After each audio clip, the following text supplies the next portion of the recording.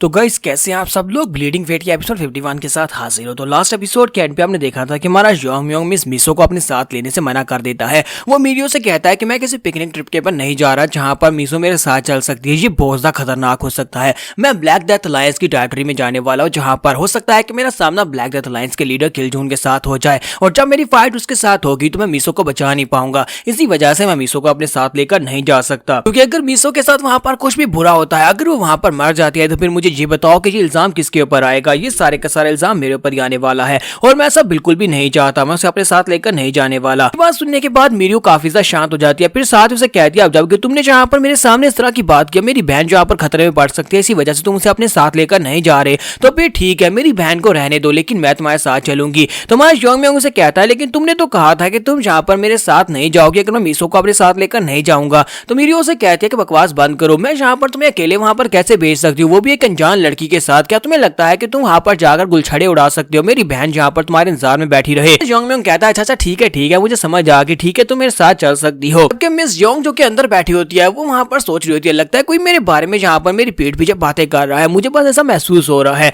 तो इसी के साथ ही मास्टर जीगाल का सीन दिखाते हैं कि मास्टर जीगाल अपनी फॉर्मेशन को कंप्लीट कर देते हैं और वो वहां पर उस फॉर्मेशन के मैप को लेकर खड़े होते हैं। तो हमारा योंग उसके पास आता है और उसे कहता है कि क्या तुम जहां पर खड़े खड़े क्या कर रहे हो, लगता है कि तुम्हें नींद आ रही है। मास्टर जीगाल उसे कहते हैं, नहीं ऐसी कोई बात नहीं है, जो काम मैं जहां पर करने के लिए आया था मैंने उस काम को पूरा कर दिया है, मैं बस यहाँ पर कुछ एडजस्टमेंट्स कर रहा हूँ, यानी कि बस कुछ फाइनल टच देने बाकी हैं, वही देख रहा था कि जहाँ पर कुछ कमी बेशी तो नहीं रह गई। मैंने जहाँ पर फॉर्मेशन को कंप्लीट कर दिया और कल फॉर्मेशन कंप्लीटली रेडी हो जाएगी। तो मैं योंग कहता है, छवि मुझे देखने दो। इसी के साथ ही वो अपनी आई टेक्निक को यूज करते हैं, वहां पर फॉर्मेशन को देखता है तो उसे महसूस होता है कि फॉर्मेशन वाकई में वही 7 लेयर डोम फॉर्मेशन है जिसको भेदना काफी ज्यादा मुश्किल है। तो मेरा योंग कहता है कि तुमने बहुत ही अच्छा काम किया है। मास्टर जीगाल उसे बताते हैं कि हमने इस फॉर्मेशन के सेंटर को पॉइजन हॉल रखा और साथ ही इस फॉर्मेशन को मेडिसिन विंग और साथ में दूसरे जनरल अफेयर्स के जितने भी ऑफिस हैं उन सभी को भी इस फॉर्मेशन के अंदर कवर किया है, यानी कि तुम्हारी टैंक फैमिली के जितने भी ऑफिशियल्स के जितने भी हास रूम्स हैं, जितने भी हास हाउसेज हैं, उन सभी के ऊपर इस फॉर्मेशन को बिछाया गया है। अगर कोई भी मसला होता है तो उन सभी लोगों को यहाँ पर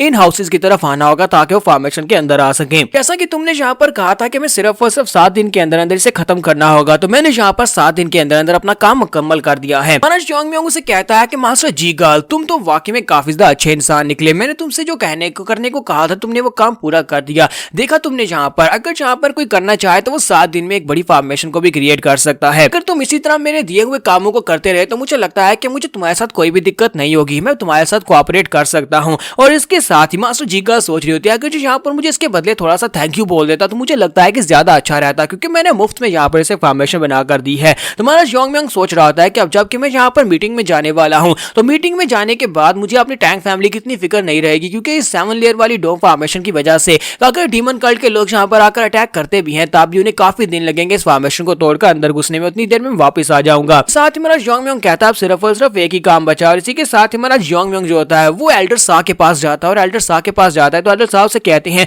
तुमने यहाँ पर मुझे क्यों बुलाया है फैमिली हेड, आए तुम्हें मुझसे क्या चाहिए, हम सभी एल्डर्स के पास है, तुमने पहले से सारी पोजीशंस को छीन लिया हुआ है, तुम यहाँ पर आप मुझसे किस बारे में बात करना चाहते हो। तो मेरा योंग उसे कहता है कि मैंने तुम्हारे बारे में सुना है कि तुम तलवारबाजी में काफी ज्यादा माहिर हो, इसी वजह से तुम्हें फैमिली का एल्डर बनाया गया था, क्योंकि तुम्हारी तलवारबाजी के स्किल्स काफी ज्यादा अच्छे हैं और तुम जहां पर तलवार को काफी अच्छे से यूज भी कर सकते हो, क्योंकि मैं भी जहां पर तलवारबाजी करता हूं तो मुझे लगता है कि मैं तुम्हारे साथ बात कर सकता हूं। एल्डर साहब की बात सुनने के बाद उसे कहते हैं कि तुमने जिस तलवारबाजी की टेक्निक को यूज करते हुए ग्रैंड एल्डर और सुप्रीम एल्डर को मारा था, वो टेक्निक्स तो मेरी रीच से बहुत ज्यादा बियॉन्ड है, यानी कि मैं उन टेक्निक्स को पहचान भी नहीं सकता कि तुमने किस किस्म की टेक्निक्स को यूज किया था, वो मेरे लेवल से बहुत ज्यादा अप है। अब जबकि तलवारबाजी में तुम्हारा लेवल मुझसे बहुत ज्यादा हायर है, तो फिर तुम यहाँ पर मुझे किस बारे में बात करना चाहते हो, मुझे यहाँ पर बुलाने का क्या फायदा है। तुम्हारा योंग उसे कहता है कि मैं यहाँ पर तुम्हारे स्किल्स की बात नहीं कर रहा, बल्कि अपने स्किल्स की बात तुम्हारे सामने करने वाला हूँ। मुझे पता है कि तुम्हारे पास जो स्किल्स हैं वो मेरे लेवल के बराबर भी नहीं है, यानी कि उससे बहुत ज्यादा कम है, लेकिन अगर तुम यहाँ पर चाहो तो मैं यहाँ पर तुम्हें अपनी तरफ से कुछ पॉइंटर्स दे सकता हूँ, मैं तुम्हें कोई बहुत ही पावरफुल टेक्निक्स दे सकता हूँ जिससे तुम अपनी तलवारबाजी के लेवल को अप कर सकते हो।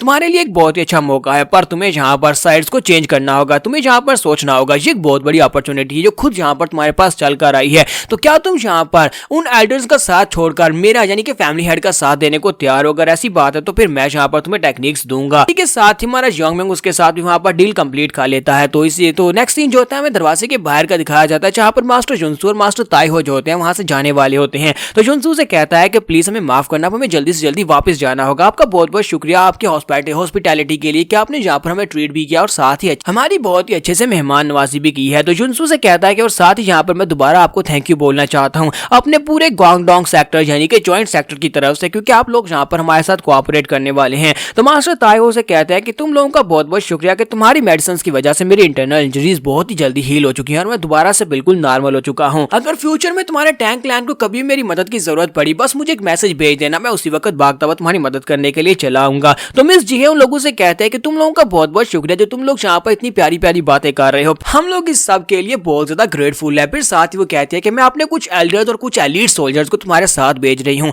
क्योंकि तुमने कहा था कि तुम लोग डीमन कल्ट को खत्म करना चाहते हो, तो तुम्हें यहाँ पर हमारी फोर्सेज की जरूरत पड़ेगी। हम यहाँ पर तुम्हारे साथ कोऑपरेट करना चाहते हैं, सिर्फ और सिर्फ पैसे के लिए ये सब कुछ नहीं कर रहे। इसी वजह से हमारी फैमिली के सोल्जर्स आपके साथ जाएंगे। तो मास्टर ताइहो से कहते हैं कि हम लोग इस बड़ी काइंडनेस को कभी भी नहीं भूलेंगे, आपका बहुत बहुत शुक्रिया। और यहाँ पर रिटर्न में आपके सेक्टर को जो पैसे हमने अदा करने हैं उसकी पहली किस्त आपको बहुत ही जल्दी यहाँ पर मिल जाएगी। और साथ ही वो हाथ आगे बढ़ाता है। तो मिस जियो से कहती है हाँ क्यों नहीं, करती हूँ कि सब कुछ ठीक रहे और हमारे लोग और आपके लोग बिल्कुल सेफ रहे और डीमन कल्ट को खात्मा हो जाए। साथ ही वो दोनों वहां पर हाथ मिलाकर डील करते हैं। जबकि इसी के साथ मास्टर ताइहो आगे बढ़ते हैं और हमारे योंगम्योंग की तरफ अपना हाथ आगे बढ़ाते हैं और उसे कहते हैं कि लड़के तुम भी मेरे साथ हाथ मिलाओ, क्योंकि अगर तुम यहाँ पर नहीं होते तो मैं और मेरा डिसाइपल जुनसू दोनों मर चुके होते। तुमने हमारी जान बचाई है, मैं इसके लिए बहुत ज्यादा ग्रेटफुल हूँ। तुम्हारा योंगम्योंग उसके साथ हाथ मिलाता है और कहता है हाँ क्यों नहीं। जबकि मास्टर ताइहो उसके साथ हाथ मिलाने के बाद उसे कहते हैं कि लड़के मुझे लगता है कि तुम्हारी मार्शल आर्ट्स की जो टेक्निक्स हैं वो हमारी मार्शल आर्ट्स की टेक्निक से काफी ज्यादा बेहतर हैं। नई जनरेशन की मार्शल आर्ट्स बहुत ज्यादा अच्छी हैं। मुझे लगता है कि बहुत ही जल्दी तुम हमारे लेवल से बहुत ज्यादा आगे निकल जाओगे,